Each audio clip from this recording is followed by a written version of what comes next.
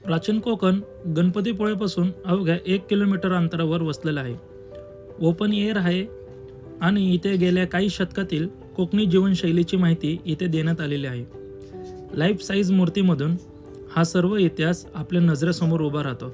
खास वैशिष्ट्य म्हणजे आसपासच्या गावातील मुलींना प्रशिक्षण देऊन इथे गाईड म्हणून रोजगार दिलेला आहे. नमस्कार. आतमध्ये काय पाहणार त्याची थोडक्यात माहिती सांगते तुम्हाला. Konkan tourism development and research सेंटरने प्राचीन कोकण हे म्युझियम तयार केलं आहे. या ठिकाणी तुम्हाला 500 वर्षापूर्वीच्या कोकणाची समाजरचना, ग्रामरचना, व्यवसाय, वेशभूषा पाहायला मिळेल. त्याचबरोबर आयुर्वेदिक वनस्पती आहे, नक्षत्र बाग आहे, जलदुर्ग प्रदर्शन आणि शंख प्रदर्शन आहे. तिथे 165 प्रकारचे शंख आहेत. सर्व माहिती सांगण्यासाठी सोबत आमचा गाईड असतो. गाईड हा कंपल्सरी आहे. गाईडशिवाय आतमध्ये अलाउड नाही आहे. 10 मिनिटं थांबवतो, ग्रुप जॉईन करून गाईड एक दिला जातो. जर तुम्हाला तुमच्या फॅमिलीसाठी पर्सनल गाईड हवा असेल तर गाईडचा चार्ज 50 रुपये आहे. प्रत्येकी 50 रुपये तिकीट आहे. आणि मोबाईल कॅमेऱ्याने जर आतमध्ये फोटो काढणार असला त्याचा परमिशन चार्ज 50 रुपये आहे.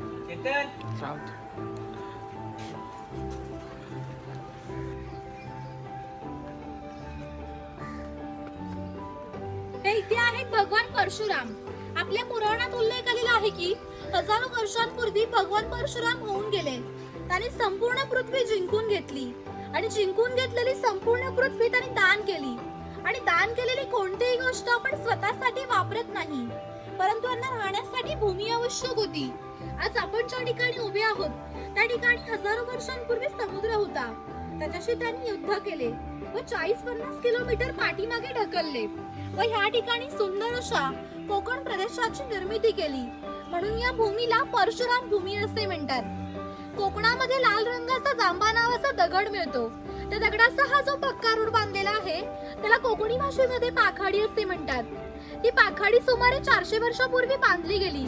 ती पूर्वी गणपतीच्या देवळापर्यंत होती. काळाच्या ओघात ती नष्ट झाली. आता ती फक्त आपल्याला प्राचीन कोकणमध्ये शिल्लक राहिलेली पाहायला मिळते. पूर्वी सामान्यपणे अशा पाखाड्या ग्रामदेवतेकडे जाण्यासाठी बांधल्या जात असत. आता आपण सुद्धा याच पाखाडीने प्राचीन कोकण मधील ग्रामदेवतेकडे जाणार आहोत. हे आमच्या ग्रामदेवतेचं मंदिर आहे. पूर्वी धार्मिक संस्था गाव नियंत्रित करत असत. गावातील सगळे लोक इथे एकत्र येत असत. जर गावातील 2 व्यक्तींची भांडणे झाली तर सगळा गाव एकत्र येऊन गाव प्रमुख न्यायदान करीत असे. आणखी एक महत्त्वाचं वैशिष्ट्य म्हणजे जगभर अशी प्रथा आहे की प्रत्येक जाती धर्माचे लोक हे आपापल्या देवाकडे जातात व देवाचं दर्शन घेतात. तसेच आपण कोकणी माणसं सुद्धा वर्षभर देवळात जाऊन देवाचं दर्शन घेतो. पण जेव्हा शिमग्याचा सण येतो तेव्हा हाच देव पालखीमध्ये बसवून प्रत्येकाच्या घरोघरी नेला जातो. म्हणजे कोकणी माणूस आणि देव यांचं नातं इतक्या जवळचं आहे की आमचं त्याच्याकडे येणं जाणं असतं. तसंच या देवीचं नाव आहे वाघजाई. हे नाव मी जाणीवपूर्वकच ठेवलंय. असं म्हणतात की जो निसर्गात वाघ आहे तो निसर्ग समृद्ध असतो. 500 वर्षापूर्वीचा निसर्ग सुद्धा असाच समृद्ध होता.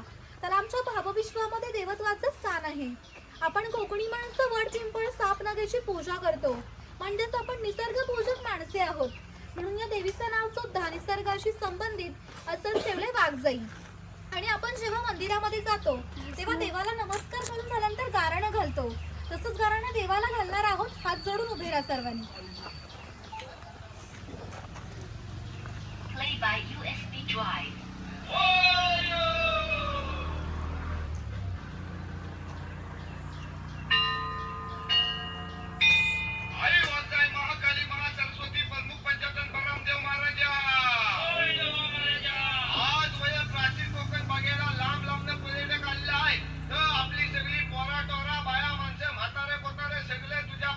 दर्शन घ्यायला आलेला तर कोणाची ढोकरा कोपरा दुखत असतील, कोणाला डायबिटीस झालेला असेल, कोणाची बायपास झालेला असेल तर आता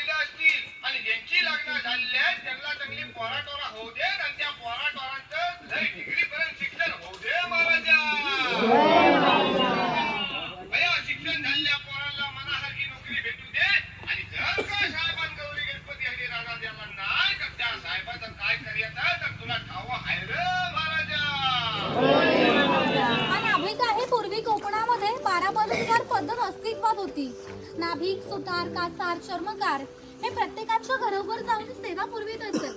त्याबद्दल त्यांना पैसे नव्हे तर केवळ धान्य मिळत असते. म्हणजे एका कुटुंबातील पुरुषाच्या घरी जाऊन केस व दाढी करण्यासाठी वर्षभराची चारपायली म्हणजे आताचे 8 किलो धान्य मिळत असते. एवढ्या अल्प मोबदल्यात ही लोक समाजाची सेवा करीत असत. आणि आमच्या नाभिकाविषयी आणखी थोडं मजेशीर वर्णन आमच्या लोकसाहित्यामध्ये आढळतं. असं म्हणतात की गावातील प्रत्येक गोष्ट ही नाभिकाला माहीत असते आणि नाभिकाला माहीत असलेली प्रत्येक गोष्ट ही गावभर होते. ज्या अर्थी तुम्ही इथे आलात ती गोष्ट नाभिकाला समजली त्या अर्थी ती संपूर्ण गावाला समजली. आमचं संपूर्ण गाव तुमच्या स्वागतासाठी उत्सुक आहे. प्रत्येप्रमाणे आपण खोताच्या घरी जाऊ व गावात फेरफेटका मारू नका. याचं पूर्वीच असं घर होतं तसंच घर आम्ही ते उभारलं आहे. ही जी पेटलेली चूल दिसते तिला कोकणी भाषेमध्ये पिरसा असे म्हणतात. ती सतत पेटती ठेवली जायची कारण घरामध्ये पूर्वी लायटर किंवा माचीस नव्हती. शेतकऱ्याच्या बायकोला जेव्हा स्वयंपाक करायचा असे तेव्हा ती चुलीतले 2-3 निखारे घेऊन स्वयंपाक घरातील चूल पेटवीत असे. जर हा विस्तव विझाला तर घरातून गारगोट्या ठेवलेल्या असत ते एकमेकांवर घासून हा विस्तव केला जात असे. ही खोईनी आहे हिचा वापर मासे पकडण्यासाठी केला जातो.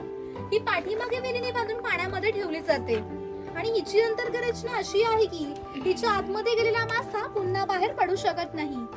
ती शेणाने सारवलेली टोपली आहे तिला कोकणी भाषेमध्ये कणगी असे म्हणतात. तिचा वापर शेतकरी धान्य साठवण्यासाठी करतो. ही शेतकऱ्याची बायको आहे ती शेतकऱ्याची मुलगी आहे. हा पाळणा शेतकऱ्याच्या घरात कायमस्वरूपी टांगून ठेवलेला आहे कारण शेतकऱ्याच्या घरात दरवर्षी पाळणा आलाच असे. शेतकऱ्याला 8 ते 10 मुले असत. म्हणजे पूर्वी एकत्र कुटुंब पद्धत ही अस्तित्वात होती आणि घरामध्ये गौरी गणपतीचा सण दाखवलाय बघा. मातीशी संबंधित सर्व कामे हा कुंभार करीत असे. हे जे सफेद रंगाचा मडका आहे ते माडीकाड्याचा मडका आहे. कोकणामध्ये नारळाची झाडं मोठ्या प्रमाणात असतात. त्यांना नारळ येण्याआधी पोय येते तिला आडवा काप दिला जातो व बाजूने विशिष्ट प्रकारचा झाडपाला लावला जातो. तो झाडपाला आतील माडी शोषून घेतो व ही थेंब करावी माडी हे मडकेवर सेवर लावून त्यामध्ये साठवली जाते. काळाच्या ओघात 12 बलुतेदारांचे व्यवसाय नष्ट झाले परंतु माडी काढायचा व्यवसाय अजूनही व्यवस्थित सुरू आहे. हे पूर्वी कोकणी माणसं आपल्या जेवणात खोबरेल तेलाचा वापर जास्त प्रमाणात करीत असत. शेतकरी आपल्या बागेतील खोबरे घेऊन तेलाकडे जात असे. त्याला त्याच्यात एकच तेल पाडून देत असे. हा तेलाचा घाणा आहे याला खुंट असे म्हणतात. याच्या आतमध्ये सुके खोबरे घातले जाते आणि हे जे उभे लाकूड आहे त्याला कोकणी भाषेमध्ये लाट असे म्हणतात. ही लाट ह्या आडव्या लाकडाला अशा तऱ्हेने बांधली जाते की जेणेकरून ही लाट उभी राहते. या ठिकाणी जोगडाला बैल बांधला जातो व ह्या आडव्या लाकडावर हा दगड ठेवून त्याला स्वतः याच्यावर बसतो. हे सगळं वजन घेऊन हा बैल गोल फिरवला जातो जेणेकरून आतील खोबरं रगडून त्याचं तेल निघतं. हे तेल भरून काढायचं असेल तर चोकडाचे बैल सोडायचे व ही 2 लाकडं बाजूला करून आतील तेल भरून काढायचे. पुन्हा जर नवीन तेल पाडायचे असेल तर त्याची क्रमवार मांडणी करून हे तेल पाडले जात असे. म्हणजे पूर्वी 5 ते 1.5 पसा तेल पाडण्यासाठी 1 ते 1.5 तास लागत होता. यावरून तुमच्या लक्षात येईल की पूर्वीचे जीवन किती कष्टमय होते. हा पुरुष समाज आहे. पूर्वी प्रत्येक व्यवसाय हा जातीय होता. व्यवसाय निवडीचे स्वातंत्र्य नव्हते. प्रत्येकाला आपापल्या जातीचाच व्यवसाय करावा लागत असे. बांबूच्या वस्तू बनवण्याचे काम हा पुरुष करीत असे. ही रोळी आहे हिचा वापर धान्य धुण्यासाठी केला जातो. तसेच आजही धार्मिक कार्यामध्ये केला जातो. आपल्या घरामध्ये जेव्हा शुभ कार्य असते तेव्हा घरातील सौभाग्यवती स्त्रिया किंवा कुमारिका या रोळीमध्ये दिवा घेऊन उभे असतात. जर हा दिवा शुभ कार्य पार पाडण्याआधी विसला तर ते अशुभ मानले जाते. आजही आपल्या साखरवाण्याचं लग्न जर मुंबईला असेल तर ही रोळी गावावरून मुंबईला पाठवली जाते कारण मुंबईला सर्व वस्तू मिळतात पण ही रोळी नाही मिळत. हे स्वयंपाकघर आहे. प्रत्येक समाजाची स्वतंत्र अशी खाद्य संस्कृती असते. कोणत्याही 2 समाजाची खाद्य संस्कृती समान नव्हती. तसेच कोकणी माणसांची चविष्ट अशी खाद्य संस्कृती आहे. कोकणी माणसं आपल्या जेवणात भात व मासे मोठ्या प्रमाणात खातात. कोकणात येऊन माशाची आमटी, उकडीचे मोदक, भाजणीचे वडे न खाणे म्हणजे कोकण न अनुभवल्यासारखे आहे. पूर्वी घरामध्ये दगड मातीच्या वस्तू असत. ते जातणीसारखं दिसते त्याला घिरट असे म्हणतात. जातणीमध्ये धान्य दळून निघतं तर घिरटामध्ये भात घातला जातो व अख्खा तांदूळ बाजूला होऊन कोंडा बाजूला होतो. हे मोदक पात्र आहे आणि हे पुरण यंत्र आहे. याच्या आतमध्ये डाळ घातली जाते व हे 2 रॉड उलट सुलट फिरवून अर्धी डाळ वाटून निघते, वाटलेली डाळ याच्या खाली पडते, तिच्याकडे पुरणपोळ्या केल्या जातात. इथे शेवया काढायचं लाकडाचं यंत्र आहे. वरती बघा चहाची किटली आहे, त्याच्या बाजूला जेवणाचा डब्बा आहे, वरती पाण्याचा तांब्या आहे, खाली 3 डब्बे आहेत, बाजूने 2 चमचे आहेत, त्याने तो लॉक केलेला आहे. हे दगडी उकळ आहे. पूर्वी असा वापर भाताचे पोहे काढण्यासाठी करतो. आपल्या घरामध्ये जो भात असतो तो रात्री पाण्यामध्ये भिजत ठेवला जातो व सकाळी त्यातले पाणी काढून तो भात पोह्याच्या खापरावर भाजला जातो व तो भात या उकळामध्ये टाकून त्या मुसळाच्या साहाय्याने काढला जातो. तेव्हा ते पोहे तयार होतात. यावरून तुमच्या लक्षात येईल की पूर्वीचे जीवन किती कष्टमय होते.